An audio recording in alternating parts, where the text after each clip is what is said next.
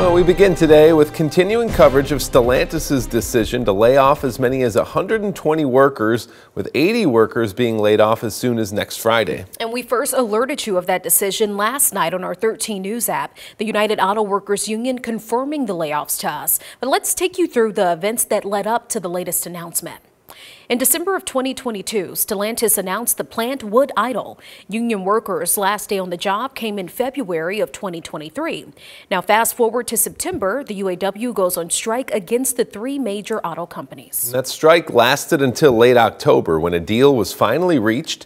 The new deal promised billions being invested into Belvidere. On the heels of the new agreement, President Biden visited Belvidere to celebrate the win for the community.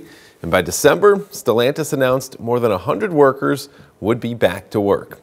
The announcement of these layoffs comes after yesterday's announcement that Congressman Bill Foster invited local UAW President Matt Franson to be his guest in March when President Biden gives his State of the Union address. And 13 WREX reached out to Franson today to learn more about why these layoffs are happening. When we spoke with Franson in December, not only did he not foresee layoffs coming, he predicted that Stellantis would try to hire around 200 people so Stellantis could pay workers to be on the job instead of paying out a portion of their pay while simultaneously being laid off while the plant is closed. The most recent developments come as a shock to him.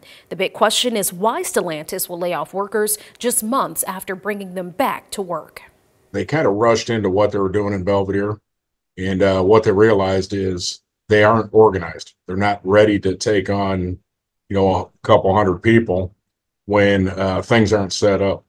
So I think they're going to take a slower approach, get things set up, and look at, potentially recalling people then. But as far as timelines and stuff like that, the corporation has been absolutely silent. And 13 WREX has reached out to Stellantis for comment twice since learning about the layoffs last night. We have not received any response. Coming up on 13 News at 5, the message Franson has for union workers as they wait to be called back to work.